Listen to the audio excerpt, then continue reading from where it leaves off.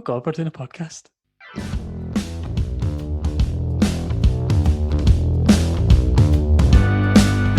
What is it now, Karen? Episode 4. So hello. Good evening. How are you? Yeah, I'm not bad. Episode 4. The episodes start coming and they don't stop coming. It is interesting that we're on episode 4 already. We've recorded once a week for 4 weeks. That seems very, very quick. Yeah. Time's flying. We're in the middle of September already, which is worrying. Proud of us for sticking to it. Proud of us for sticking to it, even though we're maybe not quite garnering the listenership yet. Don't say that. These things come with time. Yeah. Are we any further forward with the bathroom? I know you said you're getting it done on the 21st, but we didn't actually discuss what you've gone for. Oh, Oh dear, that's not good news. can you see those boxes behind me? I mean, I can, the listener can't. Listener, there's boxes behind me. That's bathroom stuff. What colour? Colour of the moment, grey. So I'm getting white on the walls and then a patterned grey floor. All right, so all the greys. Yep. Basic. That sounds quite interesting. I look forward to seeing it one day. Yeah. One day. You send me some pics. We've had our first anonymous submission. Oh. So you can send anonymous Karen submissions to, what is it now? Karen@gmail.com. Yep. So this is from an anonymous person. Okay. And it involves an outing that they've had. Right. Very classic Karen in a kind of customer service scenario. So I'll read it out for you. We went to a local pub on my son's recommendation of the macaroni and cheese. We all ordered it. I was torn between that and the scampi. However, we had the worst macaroni cheese ever. My son could not believe it. It was not what he had had previously. So when the waiter asked how everything was, I smiled and said, well, I'm glad you asked, because apparently this isn't what you were serving before, and then explained how my son had enjoyed it in the past, etc. He then was very nice and offered to get us something. I assume this person means like something on the house. So we decided on a caramel shortbread. But then when he came back, we upped it to 2 Knickerbocker glories. And they got them. And that's the end of the submission. So I think what they're driving at there is that, you don't ask, you don't get. Yeah, I would say this person is being harsh on themselves, though I wouldn't say that's not Karen behaviour. Karen behaviour is slamming the macaroni cheese on the table, demanding to speak to the supervisor, demanding the Knickerbocker glories, being very rude and aggressive. Nothing wrong with being polite and just... I don't know, I think it's a wee bit cheeky to be like... Oh, did they eat it all? Yeah. I think they must have. Do you think though behaviour like that is like on the road to becoming a Karen? Like this is how it starts. Is it on the way to being a Karen? I'm not sure. It's a wee bit cheeky to first of all, I think the waiter's offered to get something on the house. Fair enough. That's pretty cool. And I just think it's a wee bit cheeky to be like, once you've already agreed on something, to then be, actually, can we get two Knickerbocker glories? We've gone from 1 caramel shortbread to 2 Knickerbocker glories. Do you know what? You don't ask, you don't get. If they're polite about it, then I would say that's true. Feel bad about it. They've actually misspelled it and they've said Knickerbocker. Knickerbocker? Knickerbocker glories. That sounds gross. I know.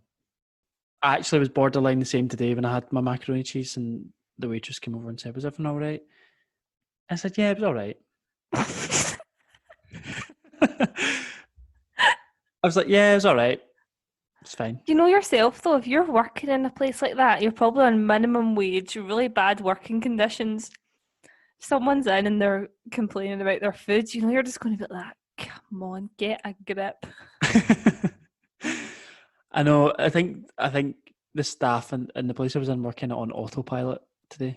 But, and I've been in that position myself. You just ask those questions because you have to. Yeah. Everything all right for you today? Great. You always finish your own sentence. Like, Yep. It was like I've worked in call centres before, and the people at the other end of the phone assume that you give a about the company that you're working for. You're like, nope. I'm on minimum wage. I'm just here to get through the end of the day. I'm just here to doing fun my the bare nights out. minimum. Yeah. Did you not once get the sack from one of your call centre jobs? Yeah, I'm not talking about that. Oh, why not?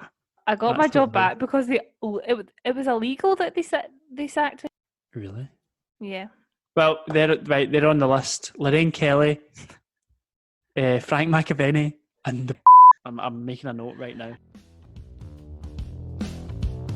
So that was our first submission. Yeah. Oh well, listen, don't feel hard on yourself. You're polite, but I would just say watch, because that kind of behaviour is the is the slippery slope to becoming a full-on Karen. So we'll let it slide this time, but Yeah. just get a grip of yourself. Yeah, if you want to send in anything anonymously, it's whatisitnowkaren@gmail.com.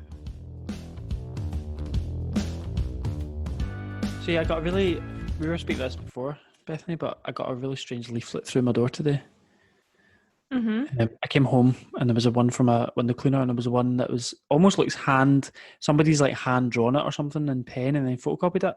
It's like a little A6 size piece, and it says at the top, it says, "Sinner wanted, aged 30 to 60, must holiday in Benidorm," and then it's like a little drawing or picture of like three guys in tuxedos. They look like maybe like the Rat Pack or something. Like they've got little musical notes above them.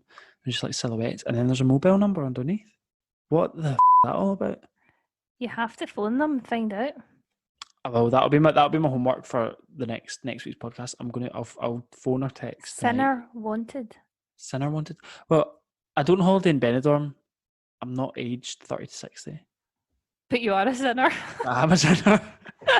It's kind of scary. The drawings of the wee guys are quite scary. They look like almost like Slender Man. They've got no faces. They're wearing like black tuxedos. It's kind of weird. And you didn't see who posted it through your door? No, I just came home and there were 2 bits of paper on the floor. They'd come through a letterbox. So it's weird. And you don't know your neighbours to ask them if they've had anything? Then it's a bit awkward if it is your neighbour. Yeah, no.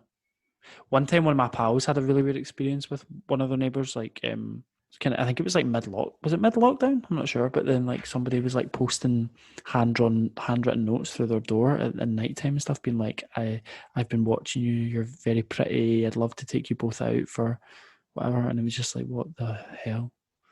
I mean, most people just did like Zoom quizzes during lockdown. I know. Are we going to go back to Zoom quizzes? Do you think this is going to be Christmas? A Zoom Christmas? Zoom Christmas. God, I wouldn't even like to think. I don't really know. It looks like cases are going to rise now, and then almost hopeful in a way that they rise now so that we don't get a spike over Christmas combined with the flu. That would be pretty disastrous. But we'll see how it goes. Let's stay optimistic. Yeah. I think if maybe we lock down pretty hard now for a couple of weeks, we might get away with it. But if we do this whole airy-fairy, half-hearted stuff, I don't think it's going to do anything. Yeah, well, there's this new rule of 6, and it sounds just so dystopian, doesn't it? The rule of 6. The rule of 6. Could you imagine at the start of the year it being illegal to meet up with 7 people? Well, that's what I was going to say. If you had sat me down at Christmas time, Christmas 2019, and said, "Oh, by the way, see you in like 4 months' time, 5 months' time, you're going to be stuck in your house. You're not going to be allowed to go outside. Shops will be shut. Restaurants shut. There'll be a global pandemic." It's just absolutely wild. Remember, everyone was hoarding toilet roll? I know that seems like a long time ago, doesn't it? That was absolutely crazy. At first, I thought that maybe like diarrhea was one of the symptoms of coronavirus, and that's why people were hoarding it. But I don't know. I guess people just go a bit nuts, don't they? Yeah, I did get diarrhea actually with it. 2 bouts of explosive diarrhea, but that's probably too much information for the listener. Did you manage to get toilet roll? Oh yeah, we had plenty of toilet room, don't worry. But actually, my mum actually went out when everybody was like panic buying. My mum thought, well, I don't really want to miss out on like essential stuff, so I think she went out to try and buy like just like a bag of pasta and some chopped tomatoes and all that kind of stuff. And she said she went out and she didn't really know what to do because the shelves were quite bare, so she came back with 5 kilos of cheddar cheese, like a big giant block. One of the big catering blocks, it's like literally like a breeze block of cheese, and it took us weeks and weeks and weeks to get through it. And it was so rubbish. The cheese, it was so rubbish. It just had no flavor. Well, I guess I was going to say it had no flavor, but we had COVID. That's probably. Oh, wiping your arse with cheese. Crazy times. Yeah. But this is the world we live in. Right, do you want to move on to Karen of the week? It's Karen of the week time. So this is a wee little one I came across, quite relevant to what we were just talking about. Mm-hmm. Coronavirus. This is from ABC News in America. Oh, nice. They were covering an anti-mask protest. So like an anti-face mask protest. Yep. I'll just run VT. Never wear masks if they have any medical issues or mental health concerns, or if they feel they simply can't breathe. When George Floyd was saying, I can't breathe, and then he died, and now we're wearing a mask, and we say, I can't breathe, but we're being forced to wear it anyway. Oh, wow. Okay. That was Shauna. So Shauna is comparing wearing a face covering in the shops to the murder of George Floyd by a police officer.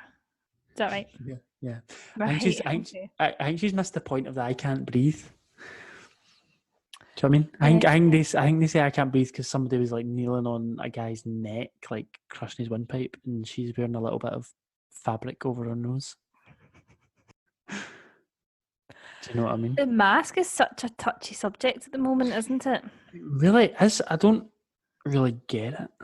No, I can understand that, it's not ideal. You would rather not have to wear one. That's the ideal situation.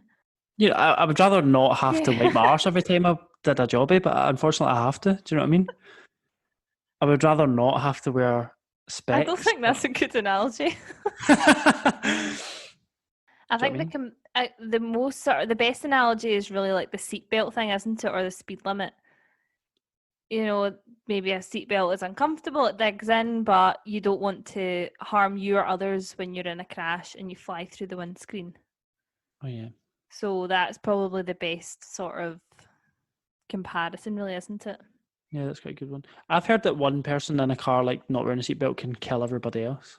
Yeah, like, if you've got 5 people in the car. That was a big campaign years ago.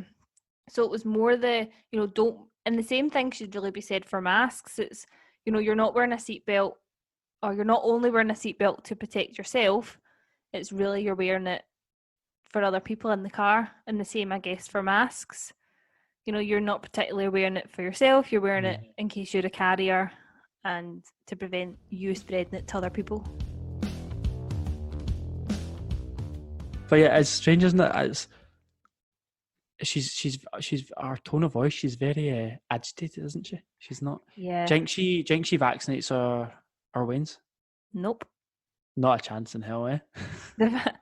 That's the vaccines have a microchip brigade, isn't it?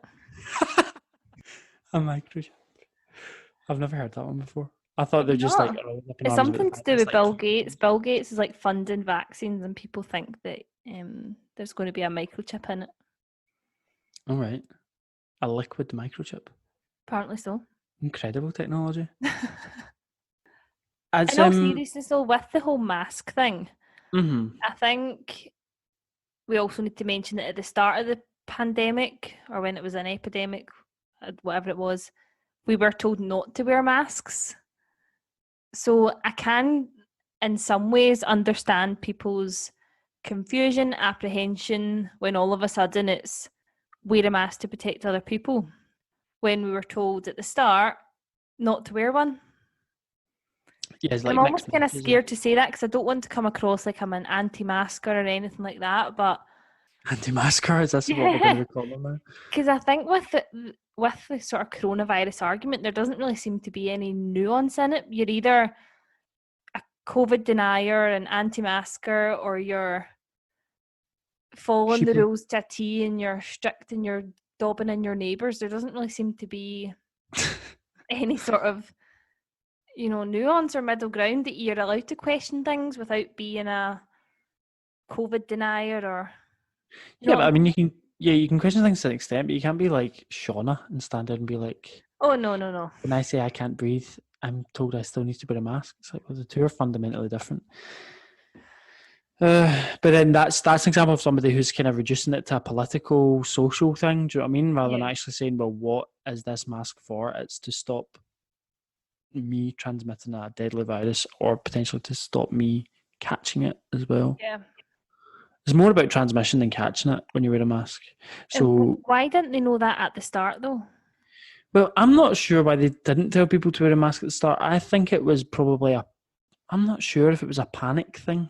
They didn't want people to panic. Yeah. If you were like, right, because if you go from one day being like business as usual to the next being like, right, lockdown, wear a mask, all that kind of stuff, that is, I mean, we already saw like panic buying. Yeah. It might have been worse if you had like stirred up a bit of fear and got people to wear masks. I remember coming home from in the airport just as it was kicking off. It wasn't quite a global pandemic yet, but there were people in the airport wearing masks, and I remember looking around and be like, why are these people wearing masks? Like, they just end up touching their face more. Like, Yeah. but obviously as we learn more about the virus and how it spread, I guess that probably informed. Yeah, because I remember that was one of the arguments, wasn't it? And I do touch my face more when I'm wearing a mask. You're adjusting it, you're sort of fixing the straps, whatever. Mm-hmm. But I think, and this is just my theory, that at the start, in the UK anyway, the NHS, there's a shortage of PPE.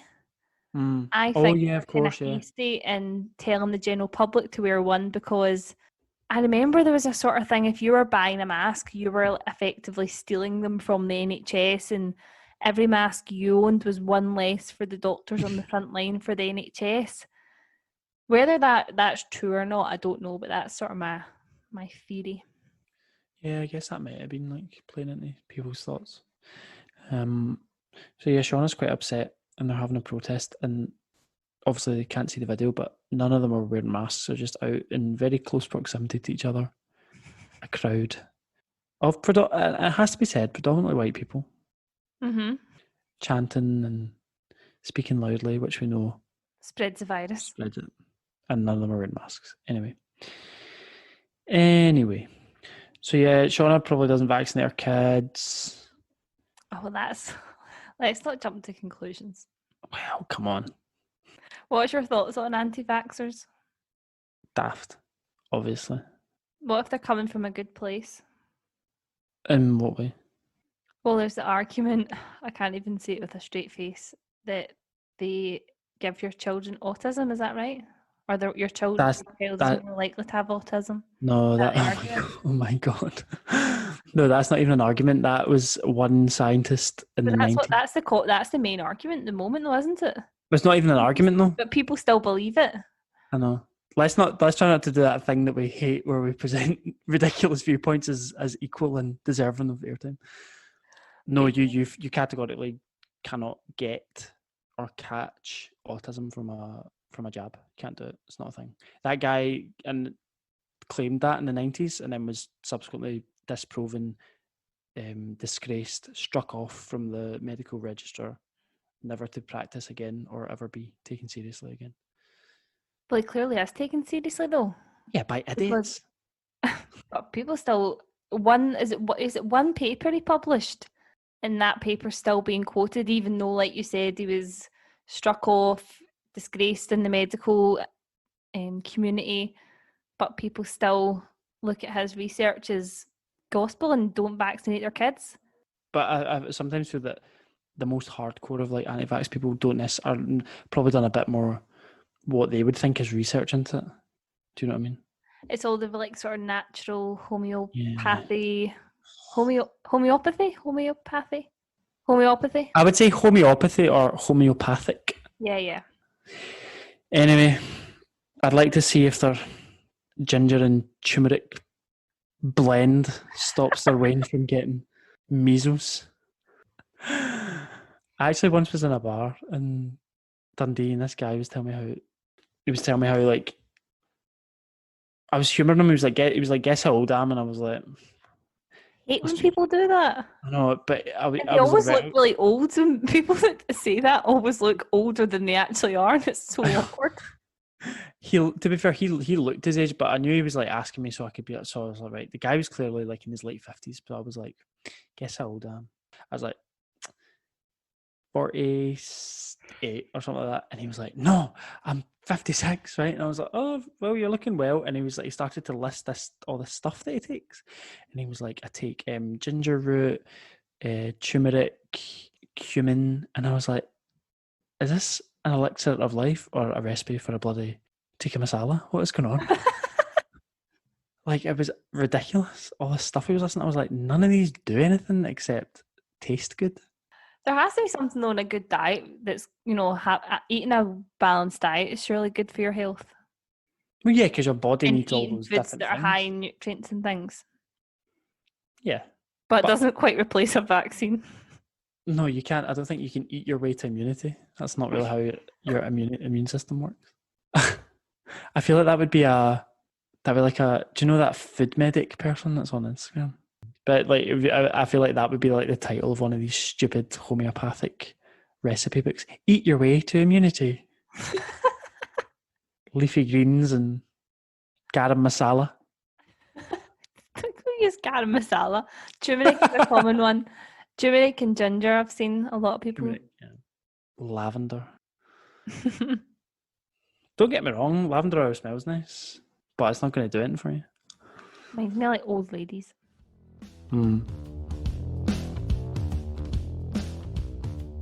So some people don't like to wear them. I mean, some of it comes from, it's like Shauna in the video clip definitely sounds like it's coming from a political angle. Why is she referencing George Floyd and stuff? So she's obviously got a different agenda or slant on it. Mm-hmm. I did watch a clip on like this morning, and there was a girl talking about how she had been sexually assaulted and to wear a mask over her mouth and her nose, like gave her, she had quite bad PTSD, and that gave her quite traumatic flashbacks. So I could understand that. That would be quite upsetting for her. But by the same token, like people also say, well, I've got asthma, I can't wear a mask. But they're very so some people have like allergic asthma. Like if it's dusty or something, they get like a flare up. But I can't imagine wearing a mask really impacting on your asthma. I don't know. I need to do a bit more research into that. Mm-hmm. If anything, there's a reason to wear a mask so you don't catch COVID, because you're definitely going to be at risk if you've got asthma. Bloody hell! But I can't imagine like a mask over your mouth and nose. I don't think would actually impede. It doesn't impede your breathing at all. I think the people who have asthma and are immune are people with sort of chronic asthma who are often sort of ventilated and they're on permanent sort of steroid medication and things. It's not like you said asthma that's brought on by allergies or anything like that. It's people with sort of chronic long-term asthma. Yeah. But I feel like even having a mask on, like you can breathe in and out of them. They're designed to be breathed in. Do you know what I mean? They're not designed to be. I really hope we don't turn into this kind of place though where people are like pulling people up for not wearing one. Yeah, I am definitely guilty of like staring at people that aren't wearing a mask, being like they should have a mask on. But you don't know their circumstances. You know my name, not my story. No, we haven't spoken about it before, but like hidden disabilities. So a lot of, is it COPD that people have? Like a lot of lung disease and things obviously aren't visible. People might look visibly healthy. You were talking there about that girl with PTSD. Yeah, but what I'm saying is like learning difficulties and things are exempt from wearing them. So yeah, I would never pull anyone up for not wearing one. Maybe if they're wearing a t-shirt saying I don't wear a mask and I don't vaccinate my kids, I might let out a little tut. But even then, I don't think I would actually say anything. I'd probably just tut and give them a sort of death stare, but I wouldn't ever actually say anything probably.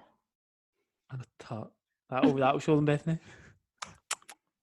Yeah, as I was watching I caught a quick. People are going to think I just watch daytime TV, but I literally just I just like encounter it like at work and stuff, like little snippets of it. Yeah. There was somebody on a couple of weeks ago, like again, they were having this debate about masks on this morning. Mm-hmm. Like they had somebody on saying that there is no science to back up wearing masks. There is no science no evidence to prove that wearing a mask slows down or like stops you getting COVID. I'm like, well, that's complete. Like we know that it stops you spreading droplets and particles from your nose and mouth. That's why surgeons have been wearing masks in theatre for decades and decades and decades. Yeah. That's why you wear them in an operating theatre, so you don't like sneeze or cough into like an open abdomen while you're doing an operation. Do you know what I mean? Yeah. So it's just it's actually irresponsible for a program like that, like Good Morning, which has millions and millions of what's it called? Good Morning? This Morning? GMB. There's Good Morning, but in This Morning. As This Morning. For a program like that that's got millions of people that watch it, like to give airtime to those kind of harmful views, and then you got people free speech, or but you've also got a responsibility, haven't you? You've got to think of the wider impact. But sometimes seeing someone like that who's clearly daft and doesn't know anything, that almost encourages me to wear a mask because I don't want to be in the same camp as those daft. Well, if that dafty is saying that, then it's probably not right. So I'm going to Yeah. Whatever she's saying is probably not true. So I'm going to do whatever she doesn't say. Oh well. We'll both be wearing our masks. We could get, what is it now, Karen? Mask, like merch. Oh my god, merch. Hashtag WIINK. WIINK merch. That would be so funny. Could you imagine?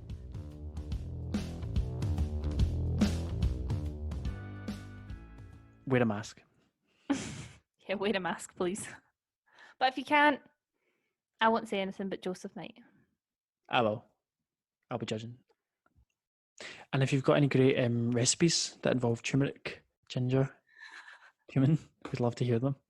Either edible or for putting on your face to make you look younger. Yeah. Or to stop you getting the flu.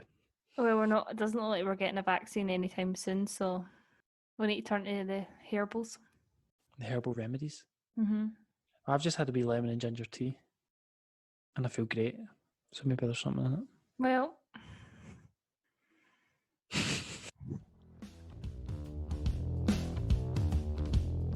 It's Karen of the Week time.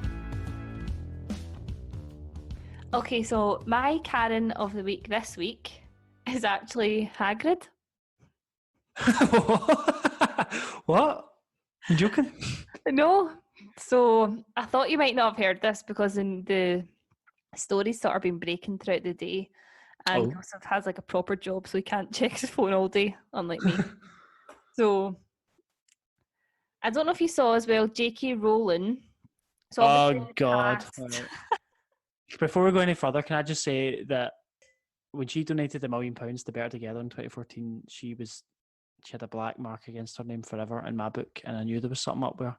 And then this year, she's revealed herself to be a bit of a transphobe. So, like last week, we had a Scottish Unionist last week who was homophobic. This week, we've got one that's transphobic. I'll say nothing more. So our latest book is called Troubled Blood, and wait for it, it's about a cis man who dresses up as a woman to kill his victims. What? What? So it's basically, I think in the book she describes him as a cross-dresser. So a cross-dresser, so a man who dresses up as a woman. Yeah, but doesn't identify as a woman.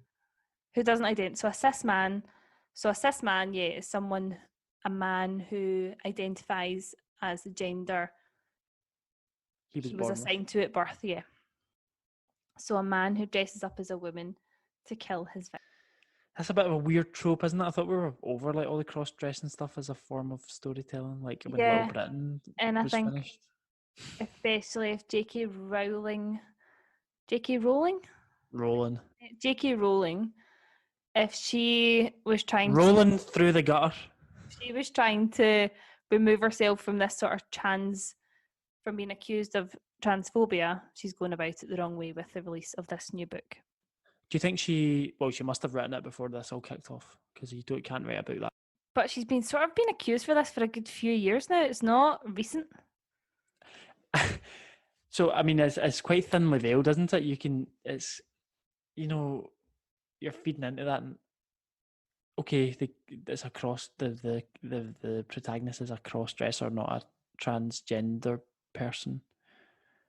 But she's still like feeding into that narrative of like, I don't know. She tried to equate like kind of deviancy with being transgender and stuff. Absolutely, because a lot of her comments recently have been the classic sort of toilet argument of not letting trans women use the women's toilet because of male sexual violence.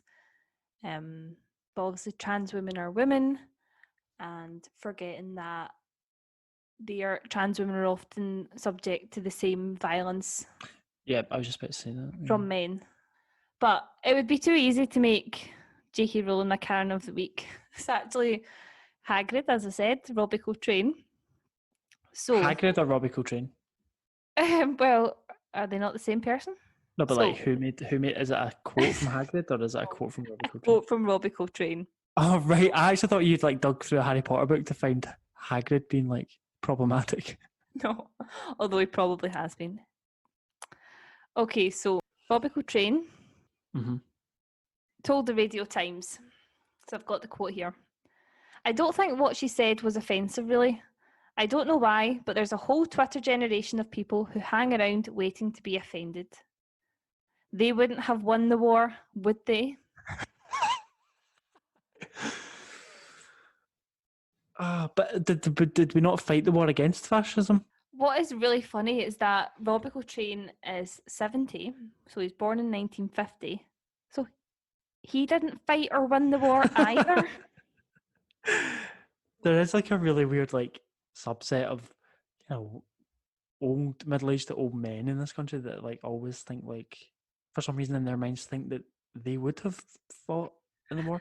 Correct me if I'm wrong, but I think Robbie Coltrane's got quite a high BMI. I don't think he would be getting enlisted into the army anytime soon. So I don't think, as you say, he wouldn't have fought or won any wars. No. But I find that quite an interesting argument. There was like, oh, these bloody snowflakes couldn't win a world war.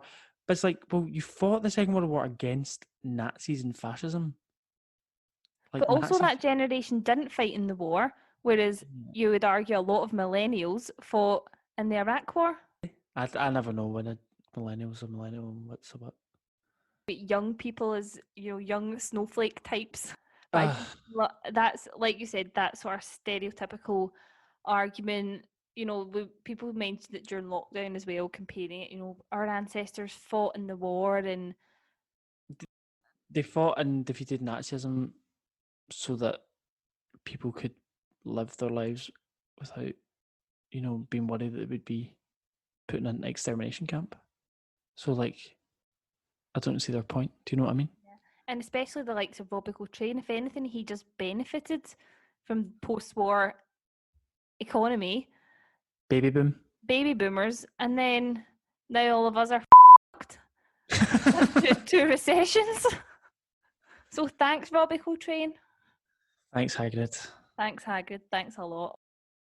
To go back to JK Rowling, though, obviously she didn't write the character of Robbie Coltrane. That's just him. But she, on Twitter over the last few years, and it's become a bit of a meme, that she tries to like retrofit inclusivity into like the Harry Potter books.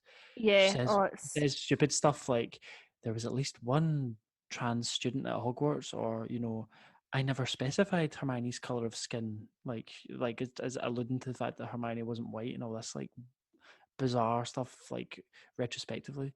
So you see all these funny ones, like I saw a tweet once, it was like, inclusivity win, JK Rowling reveals that Dobby has IBS.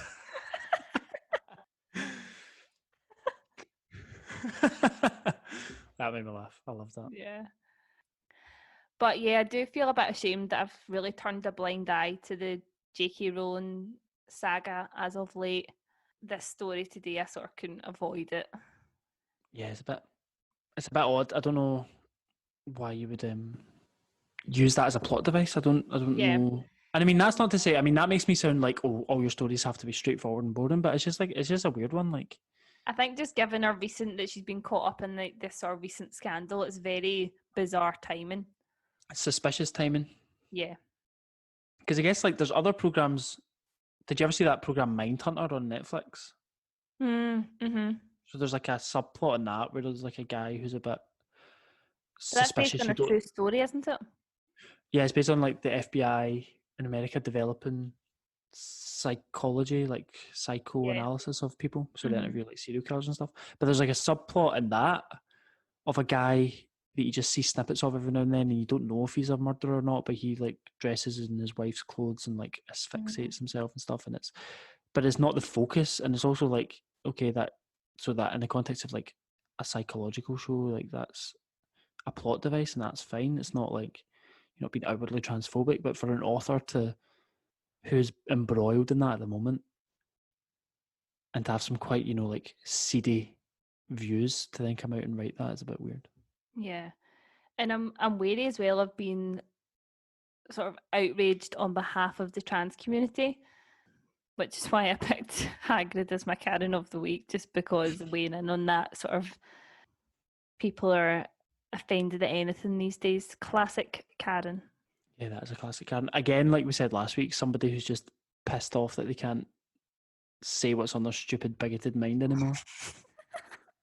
Do you know what I mean? They actually have to think about what they say before they launch it into the Twitter sphere, which is a good thing in a way, because it makes you, because people often say like, when you're like, I'm guilty of this as well, when you like look at somebody in the street and you have a thought about them, and then you have a second thought about them, and like quite often your first thought is like not positive, and your second thought is, well, maybe they're whatever. So apparently, like your first thought is what you're conditioned to think. Your second thought is what you actually think. Oh, really? But I have no idea. That could be complete bullshit. Mm. But it's a nice idea that if you take like 2 seconds, right? Just 2 seconds to think, and then you kind of soften your approach. So it's the same. You should never tweet anything. That they used to tell us that in primary 7. I never had a Bebo. Did you have a Bebo? Yeah. I never had a Facebook, and I've had a MySpace or that either. But like when that kind of early social media was starting to take off, I think we were in about P7, and we had a talk, and the rule was like, don't never post anything that you wouldn't want your granny to see. Yeah, I remember that. There's a good rule, to be fair. That is a good rule. I don't think I've ever posted anything I wouldn't want my granny to see. Like, I don't know. I think just be mindful. Mindful. JK Rowling is an author. Thoughts? Discuss. Well, I grew up reading Harry Potter books, probably the first sort of adult-ish book that I read. Yeah, and just became a bit obsessed. I've really enjoyed the Harry Potter books as well. First kind of long series of books that I read. And I think people like quite commonly say, "Oh, well, actually, if you go back and read the writing, it's very basic and very simple." I'm like, "Well, yeah, because it's like a young adults." Yeah, YA, yeah. Adults. And they were written in the 90s as well, so I think Oh yeah, I always we forget read a that. lot of older books because we've got such a variety of writers now. Yeah, and also what one person's good writer is another person's terrible writer. It's writing is very subjective. There's no good or bad writing. Well, there are arguably maybe some bad. I don't know. Some of the Harry Potter fans, like the adult fans, I mean, like because my wee sister is Harry Potter mad, and it's cute, and she's obsessed, and yeah, love that. Lot of respect for that, because I also loved Harry Potter. But like the kind of grown up fans are a little bit like, see the ones that like hardcore love it. yeah, a bit cringe. Bit cringe. There's a tweet here that actually saved on my phone because I actually physically cringed. Do you know when you actually physically cringe? Yeah. So I think this was back. This person's got like they've got a tick on Twitter, so I don't know who they are. I think she works for like a university or something like that, right? But this is back in April when the kind of JK Rowling thing was like kicking off. She also got a rainbow flag in her name, so Interesting. belongs to the community somehow. But she says, I'm gonna address the JKR thing as a long-time Harry Potter fan who literally pioneered part of the academic study into her work as a study of classical fantasy and moral allegory, brackets, Harry is a Christ figure, etc., close brackets.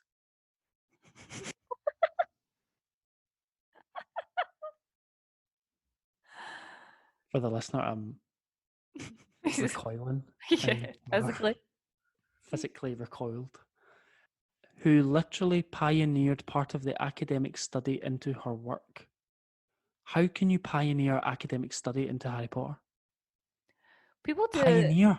people like do their dissertation on Pioneer. like the Hunger Games and do their dissertation on like Colleen Rooney and Rebecca Vardy. You can have academic study into anything you want, I think. So do you think that's somebody who's just written an undergrad dissertation and said that they've pioneered academic study? Probably. I could be wrong, I don't want to, but yeah, probably. Pathetic, isn't it? But that's what I said earlier. Can you clearly she is a number one fan, pioneering academic study. I didn't go quite that far. I thought you were going to say something else. Clearly she is a I just dressed up as lunatic. Harry Potter a few times for Halloween. But anyway. Yeah, it's a fucking Halloween outfit. Not Yeah. claiming on Twitter that you're an academic pioneer of Harry Potter. I think the word pioneer should be reserved for like scientific discoveries or like, do you know what I mean? Like technological advancements, not writing a adult fanfic about Harry Potter.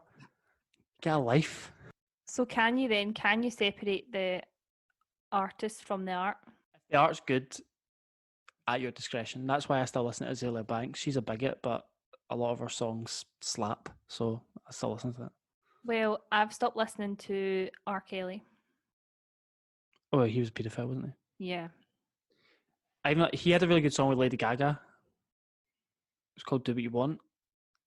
Bit creepy actually in hindsight, but it's a really good song. All the songs are awful when you. But I really like that song. Awful. As in awful. The lyrics are awful when you know what he's now done. Yeah, but I really like that Lady Gaga song "Do What You Want."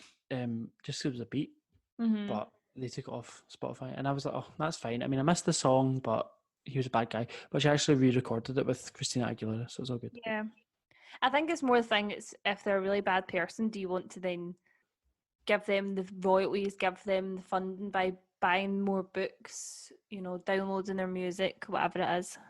That's true. But then I don't really, since 2014, don't really like JK Rowling anyway. Like, she obviously comes from a different viewpoint from me. When she donated all that money to Bear Together, I voted yes in 2014, would vote yes again. She clearly voted no.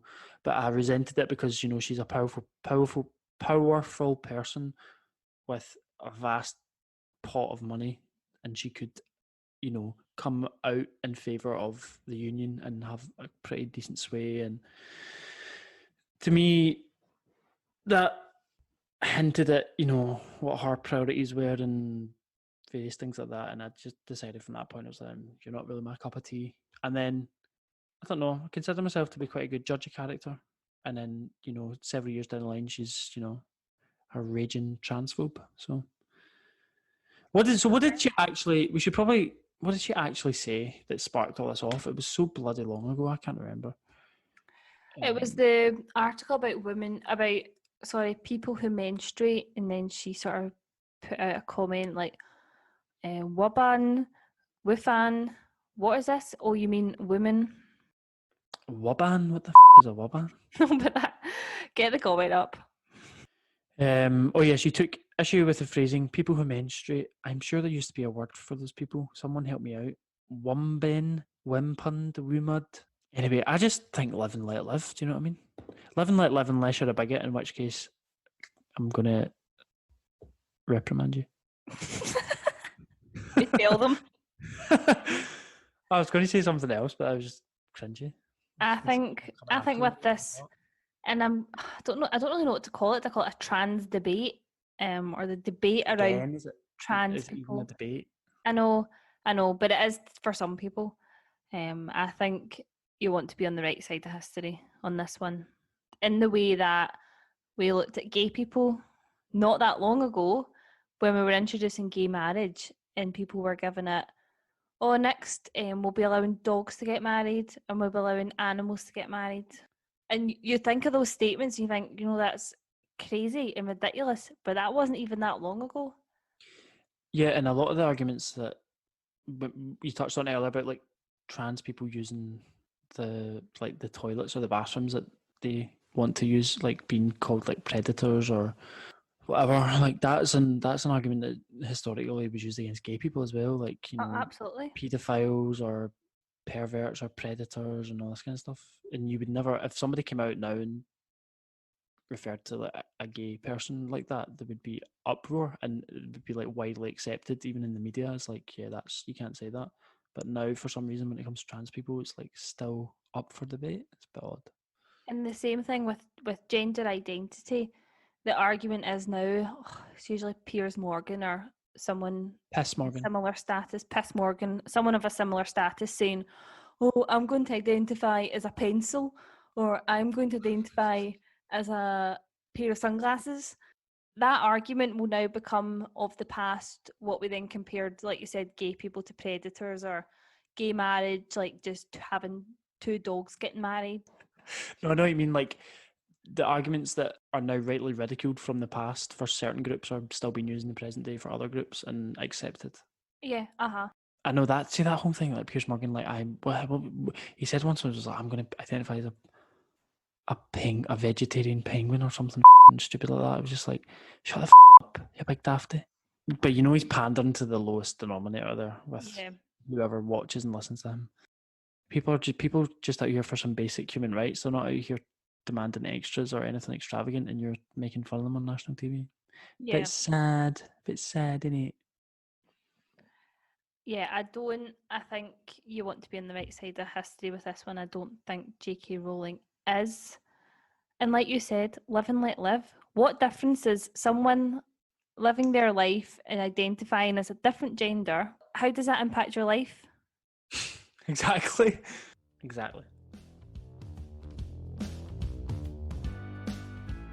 Okay, time for another vote. Oh. I won last week's. I think we're at 2-1 just now. You won the first two. I won last week's. So I think mine is just. I think it is like. Although we thought last week was classic Karen, I think this is classic Karen. This is like we're in like in an American heartland where this phrase kind of arose. It's a flustered white woman who's demanded to know why she has to do certain things.